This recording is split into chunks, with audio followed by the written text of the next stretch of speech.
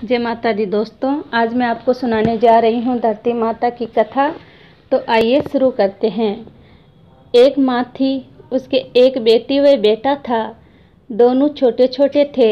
माँ गरीब थी, वह मजदूरी करके अपना गुजारा चलाती थी। धीरे धीरे बच्चे बड़े होने लगे, बेटी शादी के योग्य होने लगी। माँ बूढ़ी हो गई। माँ ने बेटे से कहा, बेटा तेरी बहन बड़ी हो गई है, तुम्हारे जैसा घर वर देखकर उसकी शादी करना। ऐसा कहकर माँ तो कुछ दिनों में मर गई। भाई गांव गांव घूमा, लेकिन बहन के योग्य कोई वर नहीं मिला। वहाँ घूम घूम कर थक गया। बैठे बैठे भाई ने सोचा कि मैं ही उससे शादी कर लूँ। ऐसा सोचकर वो चुनरी और सामान लाया। बहन ने कहा, ये सब सामान क्यों लाए हो? भाई बोला, तेरी शादी है। मोहल्ले वाले ने बहन से कहा कि तुम्हारा भाई ही तुमसे शादी कर रहा है। बहन ने भाई से पूछा, मेरी शादी किससे कर रहे हो?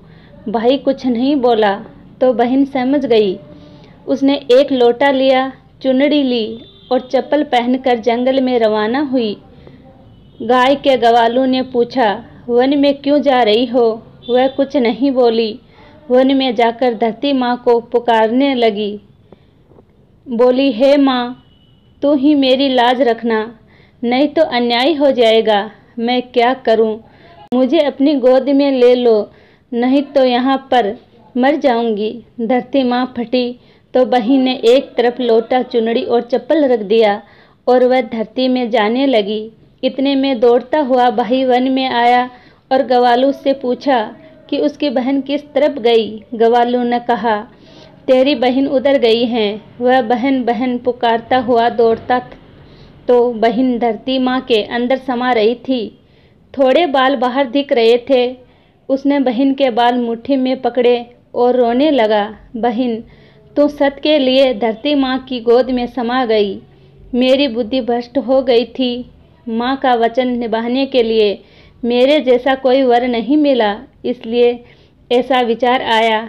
पर धरती माँ ने सत्य के लिए बेटी को अपने में समा लिया। जो बाल बाहर थे वो दोब हो गए।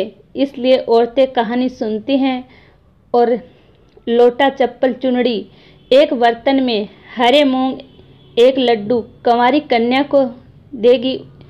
उसको धरती माता सुखी रखेगी। जय हो धरती माता की।